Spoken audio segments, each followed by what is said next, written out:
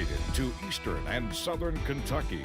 This is WYMT Mountain News This Morning.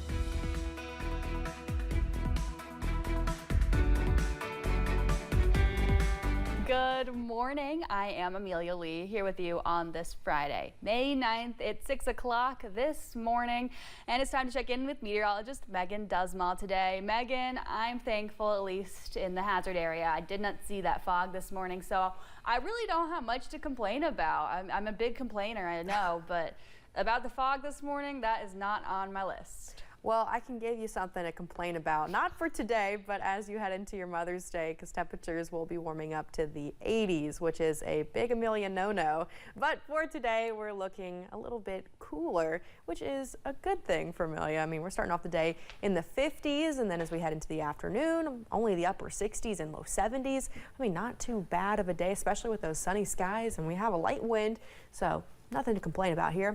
Here's a look at that fog, though, as we do see some dense fog creeping up on us, especially as you're approaching that Kentucky-Tennessee border, seeing some very dense fog for Jacksboro, Williamsburg, and Jonesville.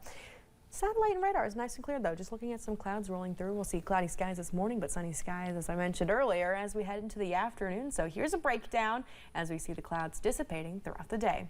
Amelia. Today, Chicago-born Cardinal Robert Prevost prepares for his first full day of papacy as new Pope Leo XIV. The white smoke billowed from the Sistine Chapel chimney on day 2 of the conclave Thursday, revealing the historic election of the first American-born pope. Soon after, Pope Leo XIV said his first words to the public. Peace be with you all.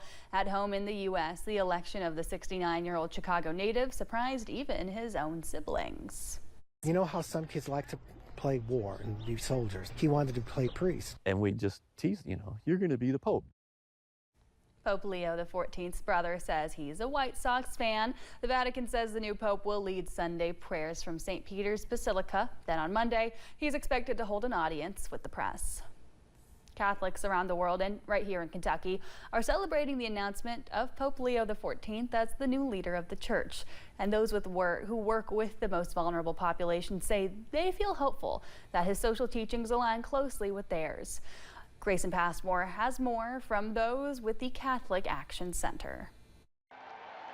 This excitement of a new pope can be felt around the world, including in Lexington, Kentucky. Choosing the name Leo XIV says to me, and probably to Catholics all around the world, that he'll be walking in the footsteps of Leo XIII, who had so much to say about the dignity of the worker, the dignity of the human being, and the idea that, in fact, we are responsible for our brothers and sisters on this earth. As a volunteer chaplain with the Catholic Action Center, Laura Babbage says she's energized by the social teachings Pope Leo XIV shares. We trust and pray that with the wisdom of the cardinals who elected him, that he will continue to walk in the footsteps of those who have gone before him, who believe that we do have a responsibility to care for those who are poor, who are vulnerable, for those who need us. Director Ginny Ramsey says she was in the middle of a street council meeting when the news broke, and the energy in the room immediately shifted. This pope is saying it does matter how we live during the week. We take our faith to the streets. We take our faith to wherever it's needed, that all people count. Ramsey hopes the new young pope can inspire not just Catholics, but people of all faiths. That voice does make a difference, the voice from the Pope. Energizes people, energizes them to look at their faith, energizes them to be the people that we are called to be. In Lexington, Grayson Passmore, WKYT. We're also hearing from Governor Andy Beshear on the Pope announcement. In a statement to social media, the governor says, quote, "We pray for Pope Leo XIV as he begins this journey. Now more than ever, we need humility, love, and compassion," end quote.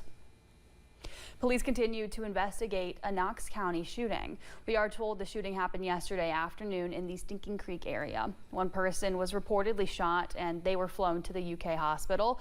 Deputies with the sheriff's office say the suspect has not yet been caught.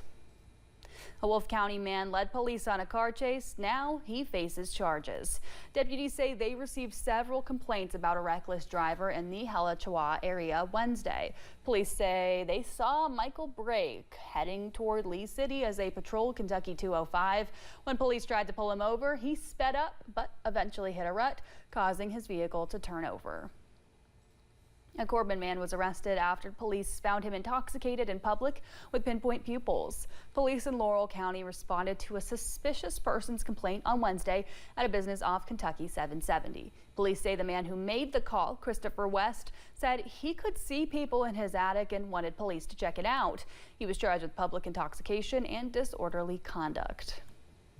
A TikTok challenge made its way to a Perry County school. Officials say students damaged 7 Chromebooks while attempting the trend at one of the elementary schools. The trend encourages students to try and short out their school-issued Chromebooks. Safe Schools Coordinator Harvey Caldwell tells WYMT he was notified by the Kentucky Office of Homeland Security on Tuesday that this challenge was making the rounds. Then the school posted on Facebook about that issue happening on Wednesday. It's a major safety concern for everybody involved. If a fire breaks out or anything, we don't want any kids to get hurt. Caldwell says every student at Perry County Schools has access to a Chromebook and technology. He encourages you to speak to your child about using tech safely and the potential dangers of participating in online trends. More information this morning about a story we first brought to you last week. According to new data, Kentucky saw a decline in overdose deaths last year. I spoke with leaders who say Kentucky's efforts are working and have made an impact nationwide. According to recent data from the CDC, there was a 27.5% decline in overdose deaths in Kentucky last year, which was more than the 26.5% decline from the entire country. I want to see it down to zero. This is a horrible problem that we have as a country. And I'm honored to be a part of the leading edge of seeing it stopped.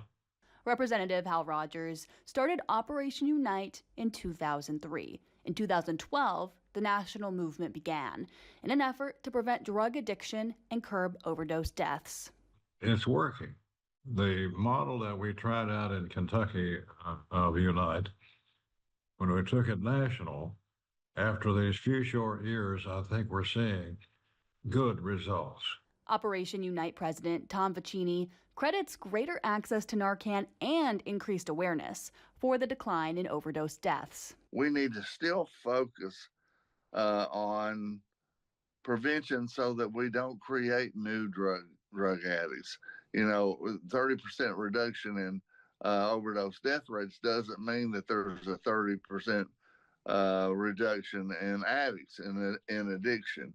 Vicini tells me right now is the most dangerous time in history to use addictive drugs, making preventative education a priority. Prevention is the #1 harm reduction. So if you never start using drugs, you don't have to worry about this. Working to cut down on the availability of illegal drugs while stressing the importance of treatment and recovery. Rogers was recently at the 2025 Drug Summit where he shared the news from the CDC. He was joined by U.S. Attorney General Pam Bondi and U.S. Health and Human Services Secretary Robert F. Kennedy Jr.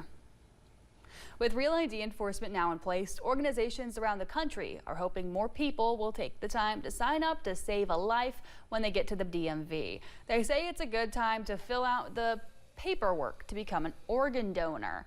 Health leaders say the more than 100,000 people on the national transplant list are waiting for an organ. More than 90% of organ donors' registrations come through the DMV in Northern California. Leaders with Sierra Donor Services say they secured 425 transplants from 170 dead donor heroes last year. For everybody waiting in line at the DMV, you might be a little tired, you might be a little frustrated, but you can do some really good work and make a plan to one day save up to 8 people's lives. If you already have your Real ID, you can still register to become an organ donor. You can visit donatelife.net to learn more.